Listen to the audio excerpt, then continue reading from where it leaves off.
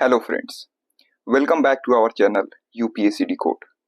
हम लोग modern history को डिकोड कर रहे हैं और अभी तक हमने काफी डिटेल में advent of European companies in India यानी कि भारत में यूरोपियन कंपनियों का आगमन, इसको काफी डिटेल में हमने कवर किया है। कैसे पुर्तगीज आए, कैसे डच आए, कैसे ब्रिटिशर्स आए, कैसे डेनिस आए और लास्ट में कैसे फ्रांसीसी आते हैं यानी कि फ्रेंच। तो ये सब भारत में आकर इन्होंने कैसे अपने ट्रेड को स्टार्ट किया, कौन कौन से जगह पे इन्होंने फैक्ट्रीज बनाई, अपने सेटलमेंट बनाए, कहाँ कहाँ पे इन्होंने अपने किले बनाए और फिर एक भारत देश में इतने सारे व्यापारिक कंपनियां थी, ये व्यापार की होड़ में लगी हुई थी। तो इनमें कई सारे बैटल्स भी हुए, उन सारे बैटल्स को हमने कवर किया, छोटे बैटल्स को कवर किया और मेजर बैटल्स जैसे कि वॉर के फॉर्म में एंग्लो फ्रेंच राइवलरी, ये लास्ट वीडियो में हमने कवर किया है। तो अब हम आगे बढ़ते हैं, यानी कि भारत में यूरोपीय कंपनियों का आगमन पूरा कंप्लीट हो गया हम लोग का। अब हम अगला टॉपिक डिस्कस करने वाले हैं। लेकिन देखो, अब जो अगला टॉपिक हम लोग डिस्कस करने वाले हैं, तो ये तो आज के वीडियो का एजेंडा है। तो देखो, सबसे पहली बात ये है कि जब आप स्पेक्ट्रम पढ़ोगे तो स्पेक्ट्रम में वहां पे जो टॉपिक दिया हुआ है advent of European in India के बाद कि India on the eve of British conquest. जब आप एनसीईआरटी पढ़ोगे तो एनसीईआरटी में जो बिपिन चंद्रा की बुक है, old NCERT by Bipin Chandra modern history, तो उसमें जो सबसे पहला चैप्टर आता है वो है इंडिया इन 18th सेंचुरी, जिसमें लेटर मुगल्स के बारे में चर्चा की गई है। साथ ही साथ जब आप स्पेक्ट्रम पढ़ोगे तो उसमें भी लेटर मुगल्स यानी कि उत्तरवर्ती मुगल के बारे में चर्चा किया गया है। तो आखिरकार ये क्या सिस्टम है? तो देखो, सबसे पहली बात, टॉपिक है मेन, जो ब्रॉड चैप्टर है वो है इंडिया इन 18th सेंचुरी और इसके अंतर्गत लेटर मुगल्स एक एलिमेंट है और India on the eve of British conquest ये एक मूवमेंट है, ये एक मोमेंट है। तो सबसे पहले आता है India in the 18th century यानी कि 18वीं सदी में भारत। ये पूरा 1701 से लेकर 1800 तक का पीरियड है। ये वो सेंचुरी थी जब इंडिया में बड़े बड़े चेंजेस आ रहे थे। मुगल एम्पायर जो इतने सालों से रूलिंग पावर थी, अब वो वीक हो रही थी और मुगल एम्पायर के इस डिक्लाइन को रिप्रेजेंट करते हैं लेटर मुगल्स। क्लियर? यानी जो डिक्लाइन हो रहा था उसको रिप्रेजेंट कर रहे हैं लेटर मुगल्स। ये वो मुगल एम्पायर्स थे जो औरंगजेब की मृत्यु के बाद 1707 के बाद आए, जैसे बहादुर शाह फर्स्ट, जहानदार शाह, फारूक सिया, मोहम्मद शाह रंगीला। तो ये सारे रूलर आते हैं। तो इनके टाइम तक जो सेंट्रल अथॉरिटी थी वो ऑलमोस्ट बहुत ज्यादा कमजोर हो चुकी थी। दे वर जस्ट पपेट्स और जो रियल पावर थी वो दरबारियों के पास या रीजनल रूलर के पास थी। तो 18th सेंचुरी में सिर्फ मुगल का डिक्लाइन नहीं हुआ, साइमल्टेनियसली जैसे जैसे मुगल्स वीक हुए, इंडिपेंडेंट रीजनल पावर्स जैसे मराठा, सिख, जाट और इंडिपेंडेंट स्टेट्स जैसे कि बंगाल, अवध, मैसूर और हैदराबाद, ये सारे इमर्ज होते हैं। ये सब अपनी अपनी पावर को एस्टैब्लिश कर रहे थे और अक्सर एक दूसरे से ये बैटल भी करते रहते थे। और यहाँ पे आता है सबसे crucial point, India on the eve of British conquest. ये कोई एग्जैक्ट डेट नहीं है, बल्कि ये एक फेज है। Basically it refers to the condition in India just before the British East India Company started establishing its political and territorial dominance. So around the mid 18th century, especially post 1740s. Clear? तो इस वक्त तक European trading company जैसे British और French India में settle हो चुके थे। उन्होंने देखा कि मुगल एम्पायर जो है वो कमजोर है और रीजनल पावर्स आपस में ही लड़ रहे हैं। So this was their golden opportunity. They started interfering in Indian politics, supporting one ruler against the another और अपनी मिलिट्री पावर ये बढ़ाते गए। और ये जो यानी कि सिंपल सा मतलब समझो कि जब मुगल एम्पायर डिक्लाइन हो रहा था, बहुत ज्यादा कमजोर हो चुका था एकदम, अब वो खत्म ही होने वाला था, उस समय रीजनल पावर्स का राइज हो गया और ये जो रीजनल पावर थे ये आपस में लड़ते रहते थे। ब्रिटिशर्स और फ्रेंच ने इसका बखूबी फायदा उठाया। ये आप सेकेंड एंग्लो कर्नाटिक वार में जो बैकग्राउंड मैंने आपको बताया था लास्ट वीडियो में, उससे आप इसको रिलेट कर सकते हैं। तो सिंपल अभी तक आपको समझ आ गया होगा कि इंडिया इन 18th सेंचुरी जो है यह एक ब्रॉडर पिक्चर है। Later Mughals, India on the eve of British conquest, ये सब उसके एक एलिमेंट है। तो सिंपल हम लोग ये बोल सकते हैं कि इंडिया इन 18th सेंचुरी जो है 18वीं सदी में भारत, ये एक एपिक मूवी टाइप की है और उस मूवी का नाम है 18th सेंचुरी इंडिया। ये पूरी की पूरी मूवी है और इस मूवी के अंदर एक सुपर इंपॉर्टेंट प्लॉट लाइन है जो दिखाता है कि कैसे एक माइटी एम्पायर धीरे धीरे टूट रहा है और इस प्लॉट लाइन का क्या नाम है? तो लेटर मुगल्स। यही बताता है कि कैसे पुराना साम्राज्य क्रम्बल डाउन हो गया, एकदम बिखर गया।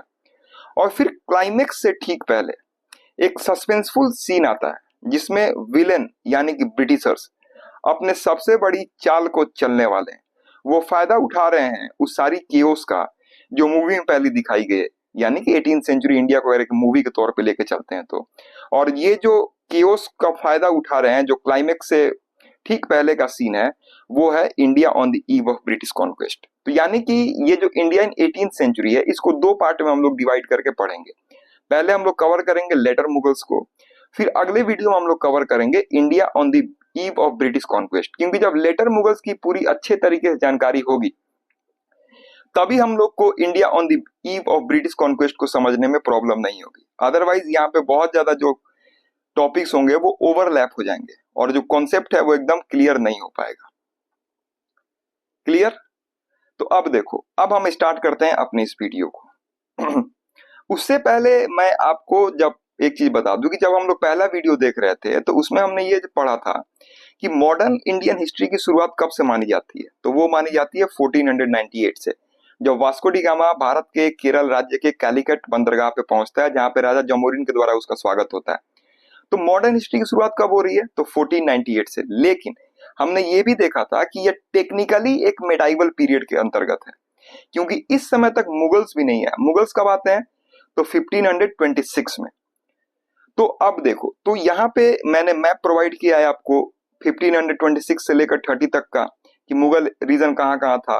फिर अकबर के समय, अकबर का शासन जब 1605 में खत्म होता है तब, फिर औरंगजेब का शासन जब 1707 में खत्म होता है तब, उस समय इनकी क्या स्थिति थी। क्योंकि हम लोग पोस्ट मुगल्स पढ़ने वाले हैं, लेटर मुगल्स यानी उत्तरवर्ती मुगल, जिन्हें कमजोर शासक बोला जाता है। तो 1707 में डायरेक्ट एंट्री करने से पहले मैं हल्का सा आपको एक बैकग्राउंड देना चाहता हूँ, जिससे माइंड जो है आपका क्लियर है कि हम लोग 1707 में एंटर कर रहे हैं, उस समय क्या स्थिति है।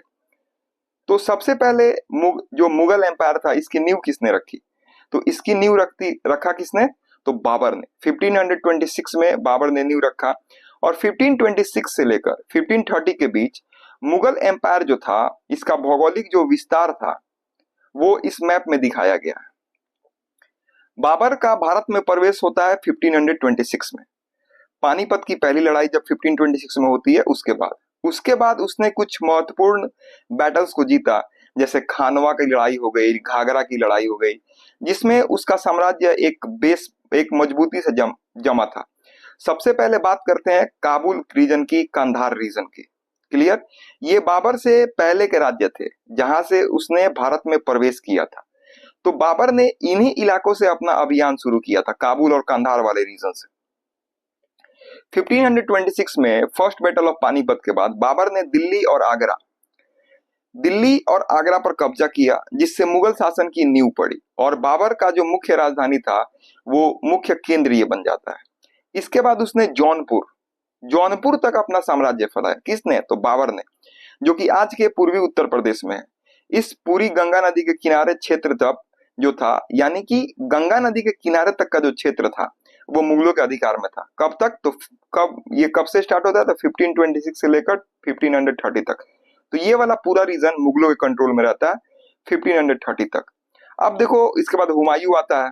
हुमायूं के बाद जो अगला इंपॉर्टेंट है वो है अकबर। अकबर 1556 में राजा बनता है और 1605 में इसकी मृत्यु होती है। तो देखो, अब इसका रीजन देखो। पहले हमने देखा कि मैप जो था, जो इनके द्वारा जीते गए क्षेत्र थे वो छोटे थे, लेकिन अब देखो इसका एक्सपेंशन हो चुका है। तो 1605 में अकबर के समय जब मुगल एम्पायर था वो अपने शिखर पे था।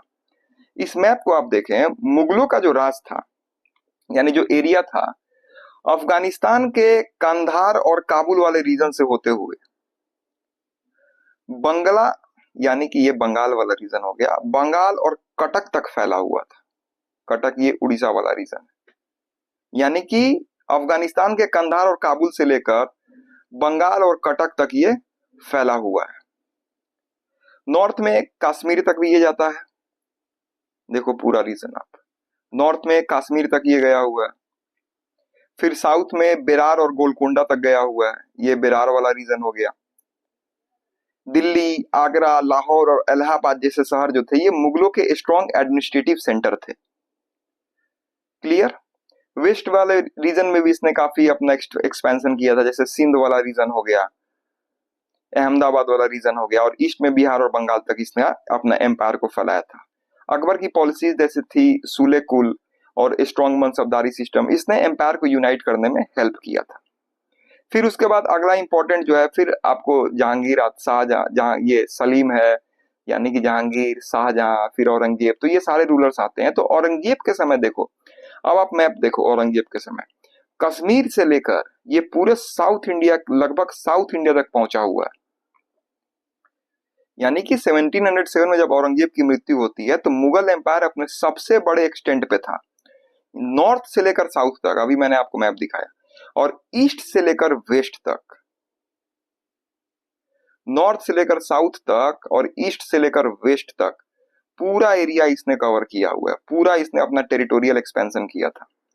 काबुल, पेशावर, लाहौर, कश्मीर, दिल्ली, ये सब मुगल शक्ति के प्रतिनिधि थे। तो लेकिन ये जो एक्सपेंशन, अब यहां से मेन स्टार्ट होगा, ये जो एक्सपेंशन है इसने एम्पायर को फिजिकली तो बड़ा बनाया, लेकिन पॉलिटिकली और एडमिनिस्ट्रेटिवली इसने उसे अनस्टेबल कर दिया। रिलीजियस ऑर्थोडॉक्सी, कॉन्टिन्यूअस डेक्कन वार और हेवी टैक्सेशन ने लोगों में नाराजगी बढ़ा दी, जो बाद में एम्पायर के डिक्लाइन का कारण बनता है। तो ये था मुगल एम्पायर अंडर औरंगजेब, और ये जानना काफी जरूरी था क्योंकि इसी के समय से मुगल एम्पायर कमजोर होना स्टार्ट होता है।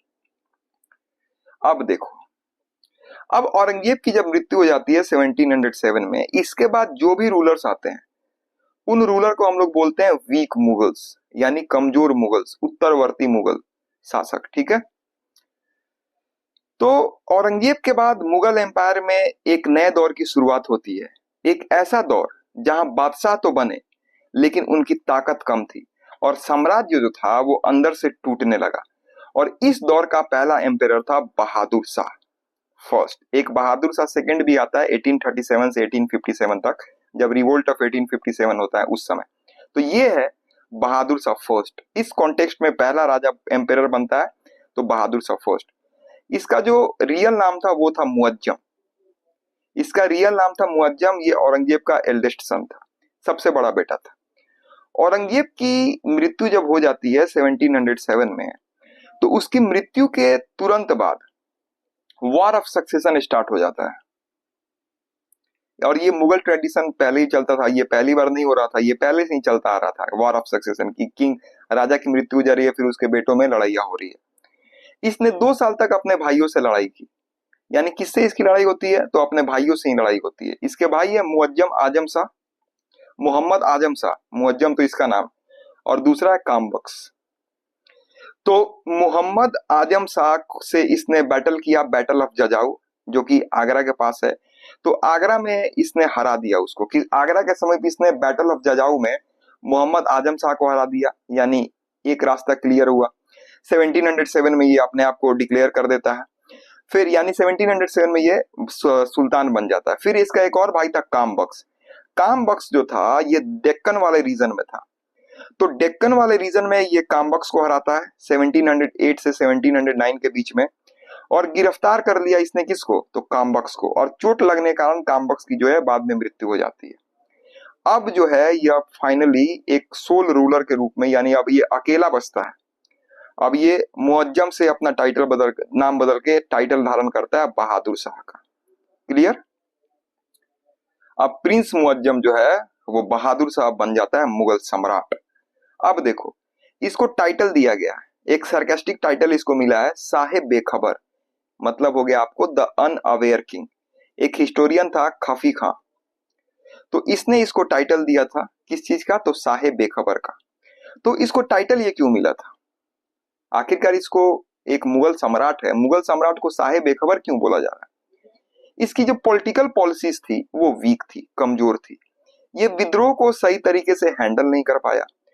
जब एम्पायर को स्ट्रॉन्ग लीडरशिप चाहिए थी, तो बहादुर शाह कंफ्यूज्ड और स्लो डिसीजन मेकर बना रहा। यानी ये कंफ्यूज रहता था और ये डिसीजन लेता था वो बहुत स्लो प्रोसेस था। इसका एक और है, जब एनसीईआरटी पढ़ोगे तो वहां पे इसका एज फिर 65 बताया जा रहा है, जब स्पेक्ट्रम पढ़ोगे तो 63 बताया जा रहा है। वैसे ये कोई मुद्दा ही नहीं है जानने का, लेकिन फिर भी एक बेसिक आइडिया के लिए मैं आपको बता दिया हूँ। ये आइडिया ये है कि ये काफी बूढ़ा हो चुका था। क्लियर। अब देखो, अब इसने क्या किया अपने टाइम में, 1707 से लेकर 1712 तक ये राजा रहता है, तो ये क्या करता है उस बीच में? तो राजपूत के प्रति इसने कैसी पॉलिसीज अपनाई? बहादुर शाह ने राजपूत स्टेट आम्बेर जो कि जयपुर और मारवाड़ जो कि जोधपुर, इस वाले रीजन में लोकेटेड है, इस पे इसने कंट्रोल करने की कोशिश की। इसको प्रतिरोध मिला, विरोध मिला, जिसके बाद इसने टेम्पोररी समझौते किए। यानी अब ऑब्वियस सी बात है, राजपूतों ने इसका विरोध किया तो इस कारण से ये एक टेम्पोररी समझौता करता है। लेकिन जब राजपूत रूलर्स ने हाई मनसब और सूबेदारी की डिमांड कर दी, तब इसने उनको इनकार कर दिया। इस कारण से राजपूतों का जो था इस पे से बहादुर शाह फर्स्ट से विश्वास खत्म हो गया। यानी जो राजपूत थे वो बड़े बड़े मनसब की डिमांड कर रहे थे, सूबेदारी की डिमांड कर रहे थे, तो इसने उसको रिजेक्ट कर दिया। तो इस कारण से राजपूतों का इसके ऊपर भरोसा नहीं था। फिर मराठा कॉन्टेक्स्ट में इसका क्या रोल रहता है, अब देखो। तो बहादुर शाह जो था, यानी मुगलों के सबसे बड़ा चैलेंजर कौन था? तो मराठा ही थे। तो मराठा जो थे सबसे बड़े चैलेंज थे, तो बहादुर शाह ने इनको सरदेश मुखी तो दे दिया, लेकिन चौथ देने से इसने इनकार कर दिया। किसने? तो बहादुर शाह फर्स्ट ने। इसने साहू को मराठा किंग के रूप में रिकॉग्नाइज नहीं किया। अब ये साहू कौन है, ताराबाई कौन है, ये जब हम लोग मराठा के बारे में डिस्कशन करेंगे तब मैं काफी डिटेल में आपको समझाऊंगा वहां पे। तो ओवरऑल इसका पॉइंट ये मैं बोलना चाहता हूं कि जो दक्कन वाला रीजन था वो बहादुर शाह फर्स्ट के समय अनस्टेबल था। मराठा पावर डिवाइड हो गया, लेकिन कंट्रोल जो था वो मुगलों के हाथ से भी गया। सिख जो थे, सिखों के प्रति इसकी क्या पॉलिसी थी, तो सिख के बारे में देखते हैं। तो सिख जो गुरु गोविंद सिंह जो थे, तो गुरु गोविंद सिंह को इसने मनसब दिया था ताकि सिखों से इसकी शांति बनी रहे। लेकिन जब गुरु गोविंद सिंह की मृत्यु हो जाती है, तब बंदा बहादुर आता है रोल में, और बंदा बहादुर ने सिख रिबेलियन को स्टार्ट कर दिया। और बंदा बहादुर ने कुछ फोर्ट्स वापस ले लिए, जैसे लोहगढ़ का किला। लेकिन सिख्स को देखो, लोहगढ़ का किला जो था इसने कब्जा किया था, तो बहादुर शाह ने कुछ फोर्ट्स वापस तो लिए, लेकिन यह सिखों को पूरी तरह से क्रश नहीं कर पाया। सिख मूवमेंट जो है यह फ्यूचर में एक स्ट्रॉन्ग रिबेलियन बन जाती है मुगलों के खिलाफ।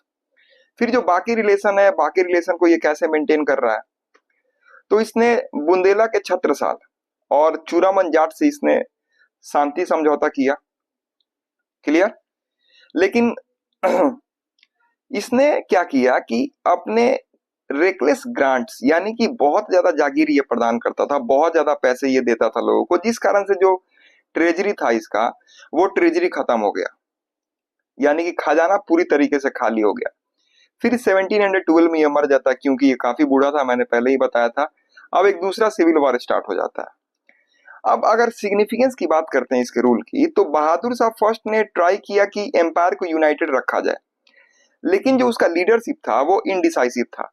रीजनल पावर जैसे राजपूत, मराठा, सिख और जाट सब अपने पैर फैला रहे थे, यानी अपना एक्सटेंशन कर रहे थे, और ट्रेजरी भी इसके समय खाली हो चुकी थी। तो in short we can say that he was a transitional emperor, जो एक बड़े सम्राट का बेटा तो था, लेकिन उसकी खुद की पहचान एक कमजोर राजा के रूप में बनती है। अब आता है जहानदार शाह। 1712 में इसका रेन खत्म होता है, और अब आता है जहानदार शाह। जहानदार शाह का टाइम पीरियड 1712 से 1713 तक। यह एक ऐसा मुगल बादशाह था जिसे ना इस पर्सन को लोग सीरियसली लेते थे, इस बादशाह को, और ना ही इसकी बातों को, और जिसका पूरा रूल जो था वो बस 1 साल तक चला, और इसका नाम आता है क्या? तो जहानदार शाह।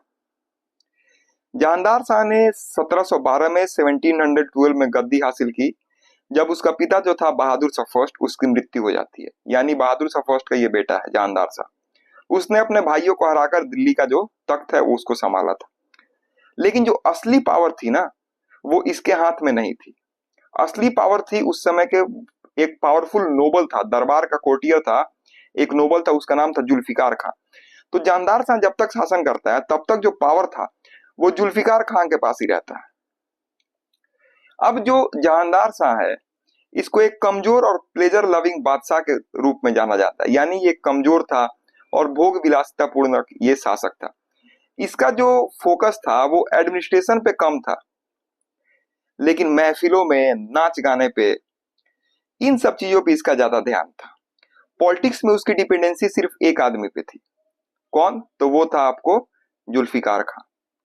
जुल्फिकार खान पे ये बहुत ज्यादा डिपेंडेंट था और ये जो था डिफेक्टो रूलर बन गया। यानी जहांदार शाह जो है ना, ये रूलर है ही नहीं। असली ताकत किसके पास है? तो जुल्फिकार खान के पास है। अब ये जनवरी 1713 में इसका जो नेफ्यू था फारूक सियार ने इसको हरा दिया और उसके बाद फारूक सियार राजा बन जाता है। इसका जो छोटा सा ये टाइम पीरियड था रूलिंग का, इससे जो इंपीरियल अथॉरिटी थी उसका डिक्लाइन होता है। वो उसको मार्क करता है कि इंपीरियल अथॉरिटी कमजोर हो रही है, डिक्लाइन हो रही है, पतन हो रहा है उसका, और जो पावरफुल नोबल्स हैं वो ज्यादा आगे बढ़ रहे हैं। तो पहले एक पावरफुल नोबल है जुल्फिकार खान, तो इसके बारे में हम लोग कुछ डिस्कशन कर लेते हैं। तो जुल्फिकार खान कौन है? तो पावरफुल वजीर ऑफ जहांदार शाह। तो अब देखो, जुल्फिकार खान जो था मुगल हिस्ट्री का पहला किंग मेकर नोबल था, पहला। जहांदार शाह सिर्फ नाम का बादशाह था और असल में जुल्फिकार खान ही डिफेक्टो एम्पेरर था। तो इस जुल्फिकार खान ने आखिरकार किया क्या?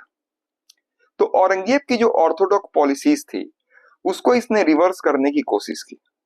क्लियर? इसने जजिया टैक्स को खत्म कर दिया। जो नॉन मुस्लिम थे उनके ऊपर ये टैक्स लगाया जाता था, जजिया टैक्स। तो इसने जजिया टैक्स को एबॉलिश कर दिया जो हिंदू सब्जेक्ट्स पे लगता था। राजपूतों के साथ इसने अलायंस बनाया, स्पेशली अम्बेर के जो जयसिंह थे उनके साथ और मारवाड़ के जो अजीत सिंह थे उनके साथ। क्लियर?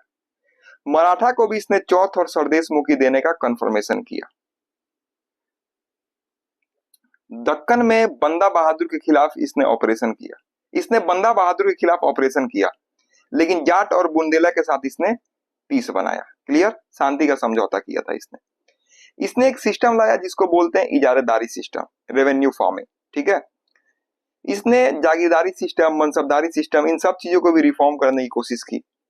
लेकिन इसके समय जो था वो जो नोबल्स थे और ज्यादा नोबल्स थे दरबार में, वो इससे काफी ज्यादा जलते थे।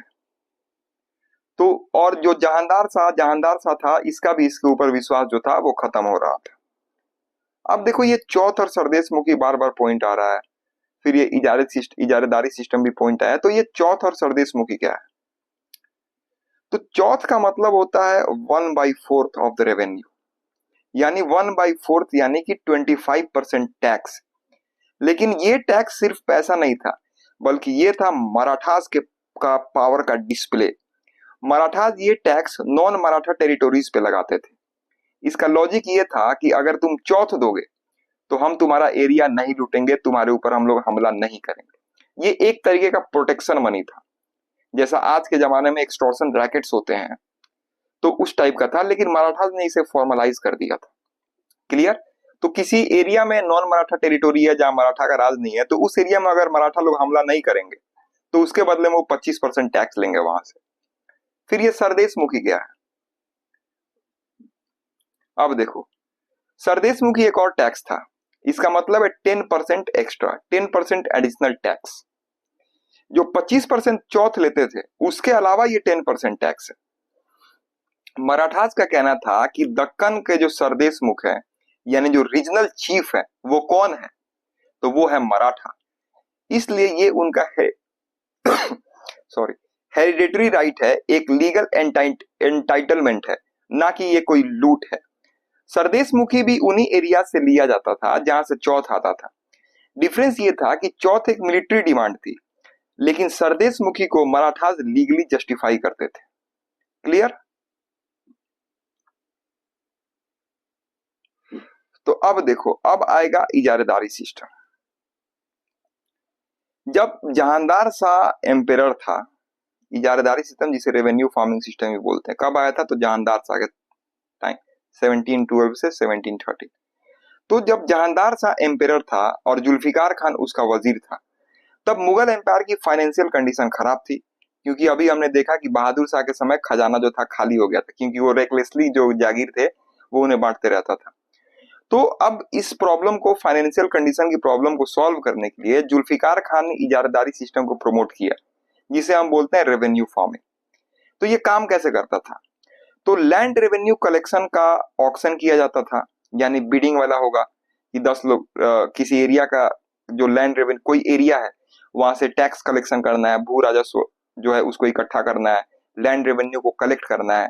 तो उसका ऑक्शन किया जाएगा, लोग उसमें आएंगे, अलग अलग लोग आएंगे, पैसे वाले लोग उसमें आएंगे और वो उस पर बोली लगाएंगे, और बोली लगाने के बाद जो सबसे ज्यादा बोली लगाएगा, जो सबसे ज्यादा पैसा देगा, उसको टैक्स वसूल करने का अधिकार मिलेगा, लैंड रेवेन्यू का अधिकार मिलेगा।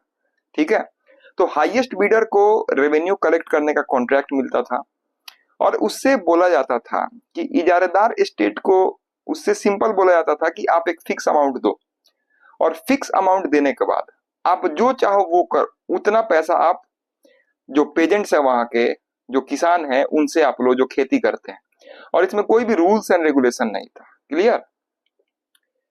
तो अब देखो, इससे इनिशियली स्टेट को पैसा तो मिलता था, लेकिन जो खेती करने वाले लोग थे उन पे बहुत ज्यादा जुल्म होता था, करप्शन और एक्सप्लॉइटेशन बढ़ गया, लॉन्ग टर्म इकोनॉमिक लॉस भी हुआ, क्योंकि जो पेजेंट्स थे वो जमीन को छोड़ने लगे थे। ठीक है, तो अब आता है अगला फारूक सियार। फारूक सियार का टाइम पीरियड क्या है? 1713 से लेकर 1719 तक।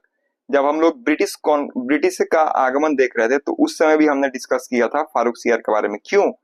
क्योंकि फारूक सियार ने एक गोल्डन फरमान दिया था 1717 में, जिसका बहुत ज्यादा इम्पैक्ट पड़ा था। उसके प्रोविजंस क्या थे, ये सब पे हमने काफी डिटेल में डिस्कशन किया है, हर एक पार्टिकुलर एरिया के रिस्पेक्ट में। तो अब देखो, फारूक सियार जो था, अभी मैंने बताया कि जहांदार शाह को डिफीट किया इसने, और तब ये पावर में आता है। लेकिन जहांदार शाह को ये अकेले डिफीट नहीं करता है, यह डिफीट करता है सैयद ब्रदर्स के हेल्प से। लेकिन अब देखो, जो फारूक सियार था ना, ये अभी एक वीक रूलर था, क्योंकि ये सब मुगल, लेटर मुगल्स हैं, और मैंने आपको पहले ही बताया लेटर मुगल्स का मतलब हो गया वीक रूलर। तो जितने आएंगे वो सारे के सारे कमजोर रहेंगे। ये डरपोक था, क्रूएल था, सस्पिशियस था, शक करते रहता था, जिसके बदौलत ये आया था गद्दी पे, सैयद ब्रदर्स, उन्हीं के ऊपर ये शक करते रहता था। ये चाटुकारों से हमेशा घिरा रहता था। ये बादशाह तो बन गया, लेकिन जो रियल पावर थी ना, वो सैयद ब्रदर्स के साथ रही। दो सैयद ब्रदर्स हैं, देखो, अब्दुल्ला खान और हुसैन अली खान। जब जहांदार शाह रूलर था, एम्पेरर था, तब पावर किसके पास था? तो जुल्फिकार खान के पास। अब जब फारूक सियार रूलर बन जा रहा है, तब पावर किसके पास है? तो सैयद ब्रदर्स के पास। यानी कि मुगल कोर्ट में एक नया एलिमेंट एंट्री कर चुका है कि जो नोबल्स है ना, वो नोबल्स अब ज्यादा पावरफुल हो गए एम्पेरर से। क्लियर? अब देखो, तो ये जो सैयद अब्दुल्ला खां है, सैयद अब्दुल्ला खां, तो सैयद अब्दुल्ला खां जो था, यह वजीर था, फारूक सियार का वजीर था। वजीर का मतलब समझो सिंपल, प्राइम मिनिस्टर। जो हुसैन अली खान था, ये मीर बख्शी था। मीर बख्शी का सिंपल मतलब समझ जाओ, नॉर्मल, हेड ऑफ मिलिट्री। तो ये जो थे ना सैयद ब्रदर्स, इन्होंने मुगल कोर्ट में सब कुछ कंट्रोल करना स्टार्ट कर दिया। एडमिनिस्ट्रेटिव अपॉइंटमेंट, यानी प्रशासन में किसका किसका नियुक्ति होगा, मिलिट्री कमांड, सेना में कैसे कमांड दिया जाएगा, वो पॉलिटिकल डिसीजंस, और इवन एम्पेरर की डेली एक्टिविटीज, यानी जो सुल्तान है उसको क्या करना है, जो बादशाह है, बादशाह को डेली डेली क्या करना है, कब उसकी कौन सी एक्टिविटी होगी, सब कुछ ये सैयद ब्रदर्स ही तय करते थे। तो इस कारण से सैयद ब्रदर्स और फारूक सियार में हमेशा पावर स्ट्रगल बना रहा। और जो फारूक सियार था, इसने बहुत बार कोशिश की कि सैयद ब्रदर्स को एलिमिनेट कर दिया जाए, लेकिन होता उसका उल्टा है। सैयद ब्रदर्स ने ही इसको एलिमिनेट कर दिया, और इन्होंने मराठा का सहयोग लिया था। तो उस पर हम लोग डिस्कशन करेंगे काफी डिटेल में, जब मराठा हम लोग पढ़ेंगे तब। क्लियर? तो अब देखो, 1719 में सैयद ब्रदर्स ने ओपनली रिवोल्ट कर दिया था और फारूक सियार को डिपोज कर दिया। उसको कैप्चर करके पहले इसको अंधा भी बना दिया था इन्होंने, यानी इसकी आंख फोड़ दी थी, और फिर उसकी रहस्यमयी तरीके से हत्या भी कर दी गई। एक एम्पेरर जो तख्त पर 6 साल तक था, वो कभी भी उसने ग्राउंड लेवल पे रियल पावर उसके पास आई ही नहीं, कभी वो वास्तविक रूप में शासन कर ही नहीं पाया। तो रीजन क्या था उसका? तो रीजन था ये जो रीजन है, ये है वो रीजन, सैयद ब्रदर्स।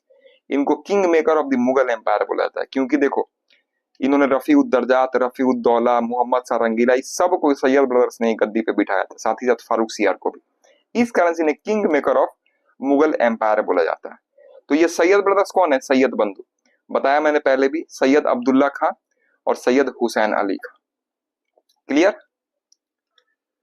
अब देखो, सैयद ब्रदर्स ने इसको तो डिपोज कर दिया है, और डिपोज कर दिया उसके बाद इन्होंने जो मुगल एडमिनिस्ट्रेशन था ना उसको बहुत ज्यादा डोमिनेट करके रखा था इन्होंने।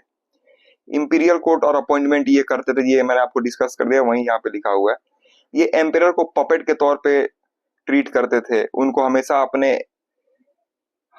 नजर के सामने रखते थे कि कब उनको कौन सी एक्टिविटी करनी है, सब कुछ यही कंट्रोल करते थे। तो अब इनके कंट्रोल में कौन कौन से रूलर थे वो आप देखते हैं। फारूक सियार डिपोज्ड एंड किल्ड इन 1719, ये मैंने बता दिया आपको, ठीक है। इन्होंने दो और यंग प्रिंस रफी उद दरजात और रफी उद दौला, इसको इन्होंने अपॉइंट किया था, लेकिन दोनों ही कुछ महीने में ही बीमारी से मर जाते हैं।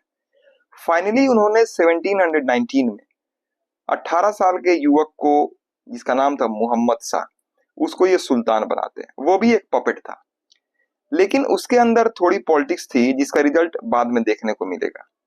तो सैयद ब्रदर्स का जो राज है वो मुगल एम्पायर का फाइनल टर्निंग पॉइंट था। एम्पेरर के पास अथॉरिटी नहीं थी, वजीर और मीर बख्शी ही एक्चुअल रूलर थे। मुगल प्रेस्टीज जो था वो ग्राउंड में चला गया था, और नोबिलिटी के बीच में पॉलिटिकल जेलिसी जो थी वो पीक पे पहुंच गई थी। सैयद ब्रदर्स के राज ने एक डेंजर प्रेसिडेंट सेट किया। एम्पेरर बनाना आसान है, लेकिन चलाना मुश्किल। अब देखो सैयद ब्रदर्स के कुछ और इंपॉर्टेंट एस्पेक्ट्स हम लोग देखते हैं। देखो जब मैं जहांदार साहब को पढ़ा रहा था तो जहांदार साहब से ज्यादा हमने चर्चा की किस पे, जुल्फिकार खान पे। फिर सही जब फारूक सियार पढ़ रहे हैं और रफी उद दरजात, रफी उद दौला, मोहम्मद शाह रंगीला, तो हम लोग चर्चा किस पे कर रहे हैं, सैयद ब्रदर्स पे। क्यों? क्योंकि मैंने बताया कि एक नया एलिमेंट एंट्री कर चुका था, एक नया एलिमेंट प्रवेश कर चुका था मुगल पॉलिटिक्स में। किस चीज का? तो जो नोबल्स थे वो बहुत पावरफुल हो चुके हैं। तो अब सैयद ब्रदर्स के कुछ और एस्पेक्ट को देखते हैं। तो सबसे पहला है कि पॉलिसी ऑफ रिलीजियस टॉलरेंस। देखो अब ये क्या है। सैयद ब्रदर्स सिर्फ तलवार के दम पे नहीं बल्कि टॉलरेंस और डिप्लोमेसी से भी राज करते थे। इनका फोकस था इंक्लूसिव गवर्नेंस, हिंदू और मुस्लिम दोनों को एडमिनिस्ट्रेशन में जगह दिया जाए। क्लियर? जजिया टैक्स को हटा दिया गया था फारूक सियार के एक्सेशन के बाद। पिलग्रिम टैक्स भी कई जगहों से रिमूव कर दिया गया। ये सब स्टेप्स एक सेकुलर और प्रैक्टिकल इमेज बनाने के लिए थे, ताकि एम्पायर में शांति बनी रहे। उसके बाद अगला आता है अलायंस विथ रीजनल पावर, यानी सैयद ब्रदर्स ने रीजनल पावर के साथ क्या क्या किया। तो राजपूत के कॉन्टेक्स्ट में अगर बात करते हैं तो जो मारवाड़ के अजीत सिंह थे और जो आम्बेर के जय सिंह थे, मारवाड़ के अजीत सिंह और आम्बेर के जय सिंह, इनको इसने हाई पोस्ट दे दिया और उनका सपोर्ट लेके मुगल प्रशासन को स्ट्रांग बनाया। जाट के कॉन्टेक्स्ट में ये क्या करता है, तो चूरामन जाट चीफ के साथ इसने अलायंस बनाया। क्लियर? और उनके एरिया में इसने पीस को बनाए रखा, यानी जाट वाले एरिया में भी ये पीस को बनाए रखता है।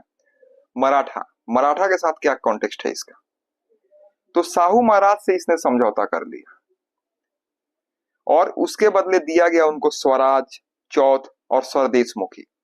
स्वराज, चौथ और सरदेशमुखी का अधिकार इनको मिला 6 दक्कन प्रोविंसेस में। दक्कन के 6 प्रोविंस थे, बिदार, बीजापुर, ये सब, ये डिटेल में हम लोग करेंगे डिस्कस, इस पे लोड नहीं लेना है। तो ये जो स्वराज, चौथ और सरदेशमुखी था, 6 दक्कन प्रोविंस, वहां पे इनको मिल गया। किसको? तो साहू महाराज को। और रिटर्न में साहू महाराज ने बोला कि मराठा को जरूरत के टाइम में 15,000 सोल्जर्स प्रोवाइड करेंगे। क्लियर?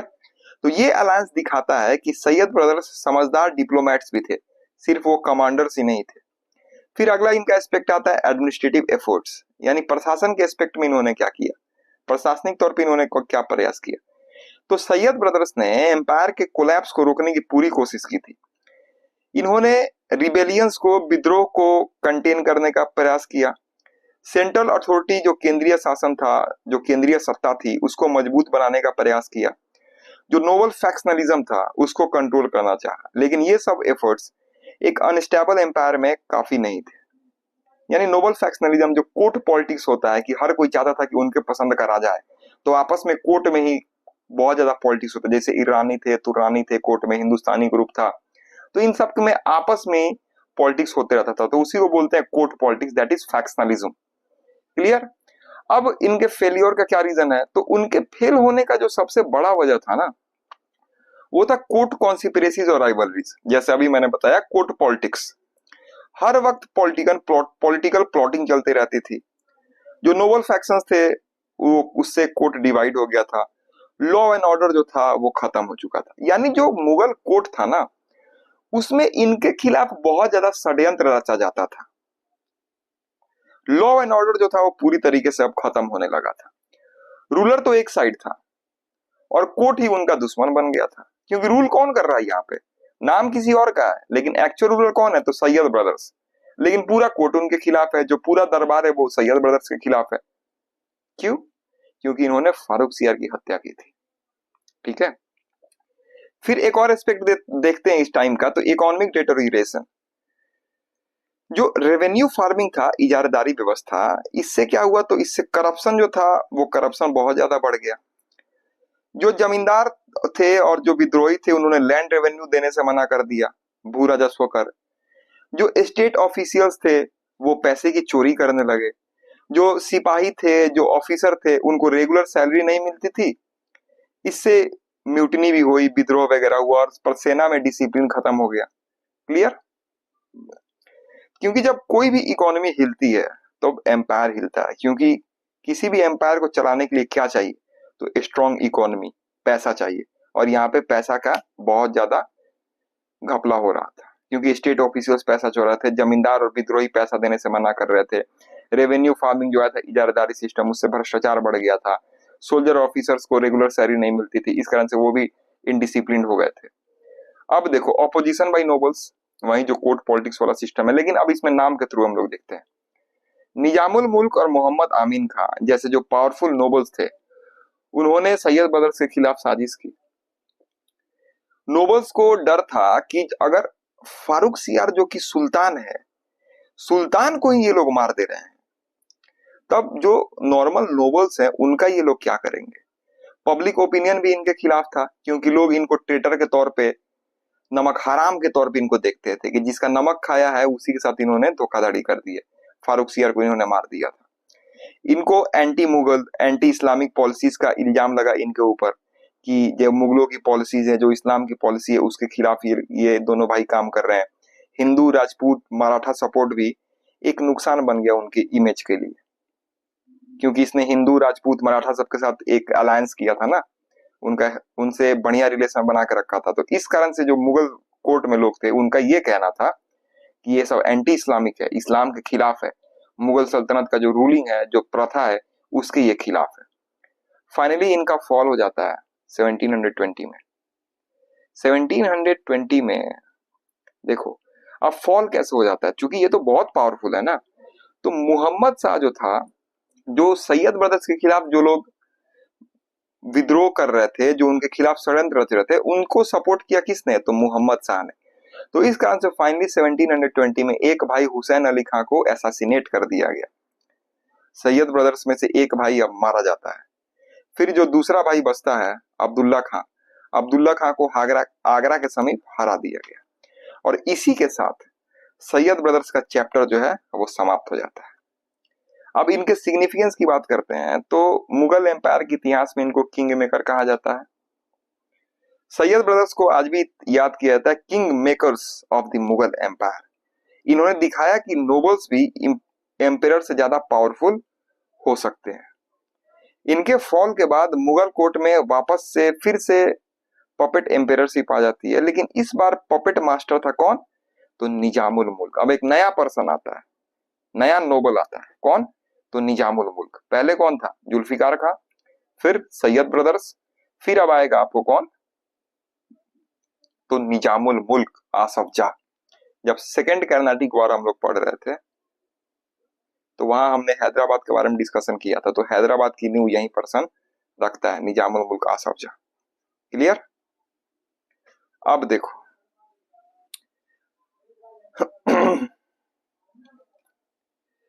अब आता है आपको एक अगला रूलर, मोहम्मद शाह। चूंकि 1719 में ये राजा बन चुका है, सुल्तान बन चुका है, बादशाह बन चुका है, तो अब इस पे हम लोग चर्चा करते हैं।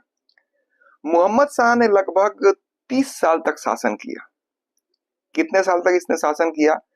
तो लगभग 30 साल तक। इतना लंबा समय था कि एम्पायर को दोबारा मजबूत बनाया जा सकता था। ठीक है।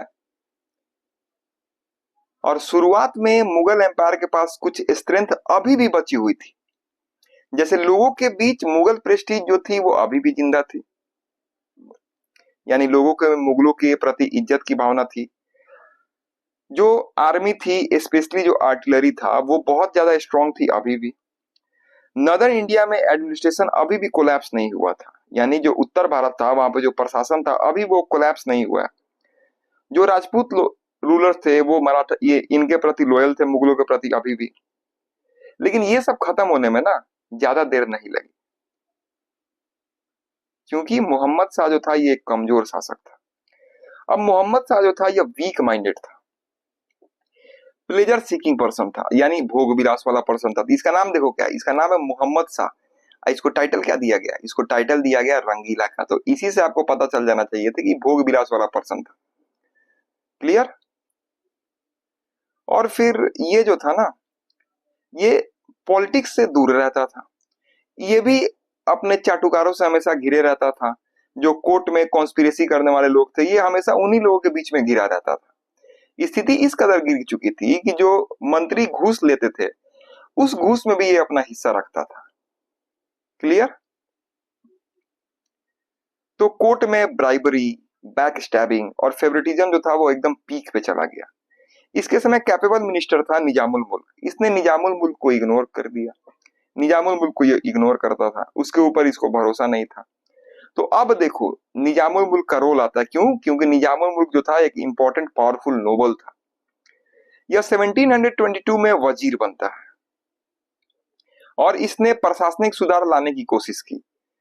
लेकिन मोहम्मद शाह के डिस्ट्रिक्ट और जो कोर्ट का जो पॉलिटिक्स था, यानी जो मोहम्मद शाह का दरबार का जो पॉलिटिक्स था ना, उस कारण से यह पूरी तरह से फ्रस्ट्रेट हो गया। यह मुगल एम्पायर को की स्थिति को सुधारने का प्रयास कर रहा था, लेकिन इतना ज्यादा कोर्ट पॉलिटिक्स हो रहा था, एम्पायर को इसके ऊपर भरोसा नहीं था। तो फाइनली यह फ्रस्ट्रेट होकर 1724 में साउथ वाले रीजन में चला जाता है, दक्कन में चला जाता है, और वहां पे स्टेट ऑफ हैदराबाद का नींव रखता है।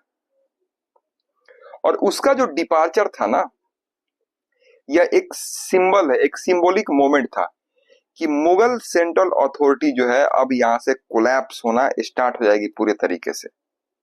निजाम के बाद और भी नोबल्स ने सेमी इंडिपेंडेंट स्टेट्स बनाना शुरू कर दिया। जैसे कि देखो 1724 में ये चला जाता है वापस, ये चला जाता है कहाँ पे? तो हैदराबाद, दक्कन वाले रीजन में जाता है। दक्कन वाले रीजन में जाके ये हैदराबाद की स्थापना करता है। अब इसी तर्ज पे अब हैदराबाद का जो रूलर है उसको निजाम बोलते हैं, ये मैंने बताया आपको। तो निजाम के बाद और भी जो नोबल्स थे वो भी सेमी इंडिपेंडेंट स्टेट, अर्ध स्वतंत्र राज्य को बनाना शुरू करते हैं। जैसे बंगाल, अवध, हैदराबाद, पंजाब, ये सब रीजन जो है। तो एम्पायर की जो अथॉरिटी थी ना, वो केवल नाम मात्र की रह गई थी। यानी जो बादशाह का पावर था वो बस नाम मात्र का था। जमींदार, नवाब, राजा, ये सब अपने आप को स्वतंत्र घोषित कर दिए थे। मराठास ने भी उत्तर में अपना विस्तार करना स्टार्ट कर दिया था। मालवा, गुजरात, बुंदेलखंड, वहां तक मराठा पहुंच चुके थे।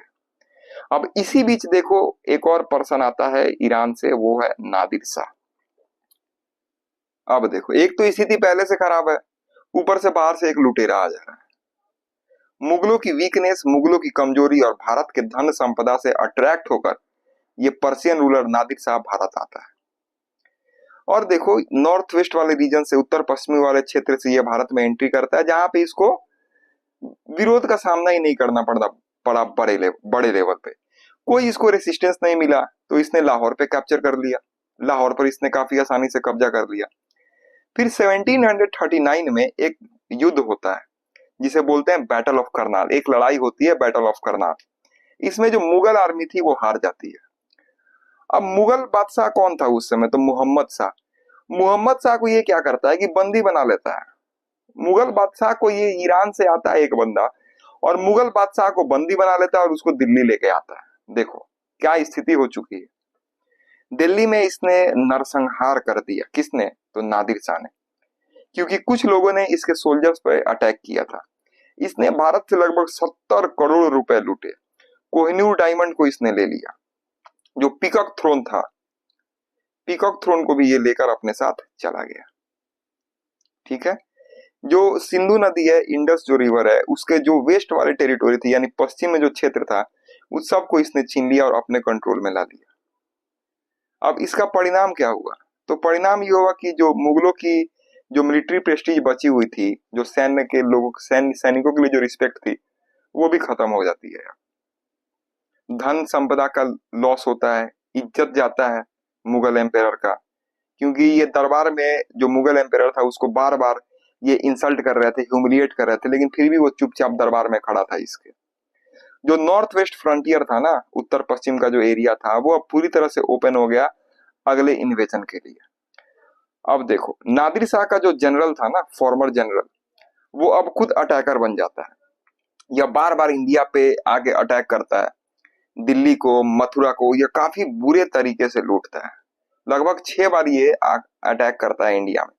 1748 से लेकर 1767 के बीच में लगभग 6 बार ये भारत पर अटैक करता है। दिल्ली को इसने लूटा, मथुरा वाले रीजन को लूटा, और फिर इसी के साथ थर्ड बैटल ऑफ पानीपत हुआ 1761 में, मराठा और अहमद शाह अब्दाली के बीच में, जिसमें मूवी बनी हुई है। तो थर्ड बैटल ऑफ पानीपत होता है और अहमद शाह अब्दाली ने अनफॉर्चुनेटली, ये बहुत अनफॉर्चुनेट इवेंट था भारत के इतिहास में, मराठा को इसने हरा दिया। और जो मराठा एम्बिशन था ना अब कि मुगलों को रिप्लेस करके अपने आप को वो ऑल इंडिया पावर के रूप में एस्टैब्लिश करेंगे, अखिल भारतीय शक्ति के रूप में, मराठों का ये जो सपना था वो सपना अब टूट जाता है। जो अफगान रूलर था ये परमानेंट के लिए रूलर नहीं बना, लेकिन ये हुआ कि पंजाब वाला रीजन भी इसने छीन लिया और जो सिख पावर थी वो भी उठने लगी।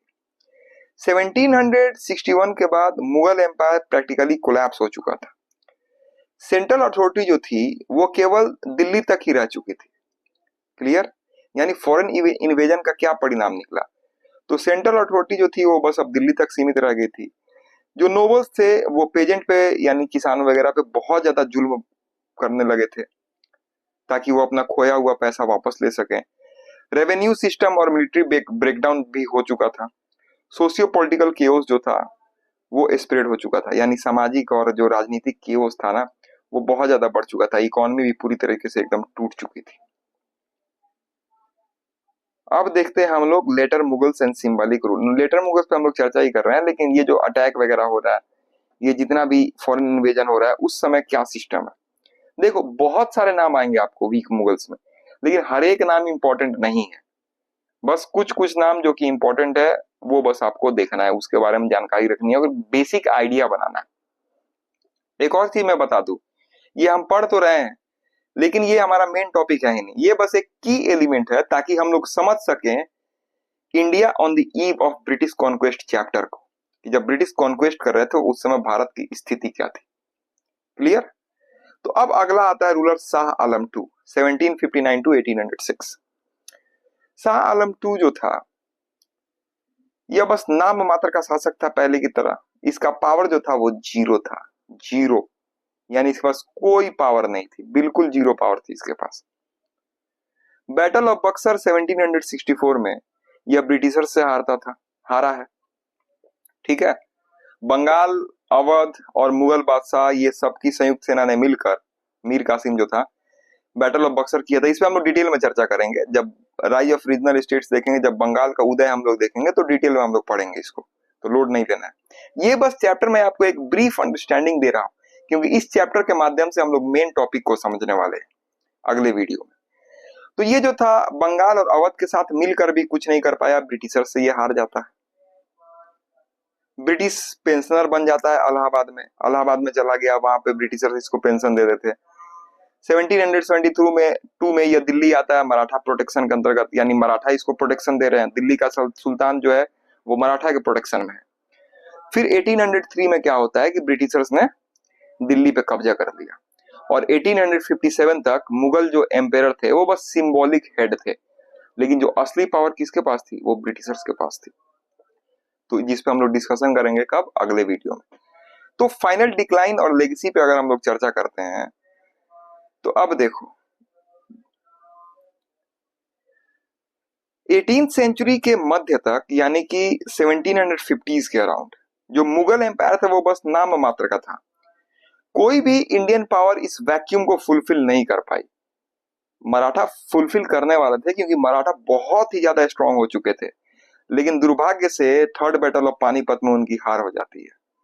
और यहीं पे जो ब्रिटिशर्स हैं, उन्होंने इस फ्रेगमेंटेशन का, इस टूटे फूटे एरिया का काफी फायदा उठाया और अपनी मॉडर्न इकोनॉमी और मिलिट्री पावर से, यानी कि उनकी जो इकोनॉमी थी, जो अर्थव्यवस्था थी वो काफी आधुनिक थी, जो सैन्य व्यवस्था थी काफी आधुनिक थी, उस पावर का हेल्प करके इन्होंने बहुत ज्यादा फायदा उठाया इस कंडीशन का। और जो मुगल लेगेसी थी, अब बस वो सिंबल ऑफ यूनिटी थी, एक्चुअल पावर नहीं थी वो। ठीक है, तो कंक्लूड अगर करते हैं आप अपने इस वीडियो को, तो मुगल एम्पायर का डिक्लाइन एक कोई सिंगल मोमेंट नहीं था, यह एक प्रोसेस था जिसमें internal weakness, incompetent leadership, regional fragmentation और फॉरेन इन्वेजन, ये सब कुछ शामिल था। और इसी कोलैप्स ने जगह बनाई एक नए कॉलोनियल रूल के लिए, और वो है ब्रिटिश राज। तो अगले वीडियो में हम लोग काफी डिटेल में पढ़ेंगे India on the eve of British conquest, और वहां पे इस वीडियो का आपको फायदा मिलेगा। ये वीडियो है लगभग, अगर आप देखें, मेन अगर आप देखें तो मिडाइवल पीरियड में ही आएगा एक तरीके से। वैसे है तो मॉडर्न इंडिया का टॉपिक, लेकिन स्पेक्ट्रम में काफी डिटेल में इसमें नहीं दिया हुआ है, इस कारण से अलग से सेपरेट करके मैंने इसे आपको पढ़ाया है, ताकि जब आप चैप्टर पढ़ो India on the eve of British conquest, तब समझने में वहां पे आपको आसानी हो।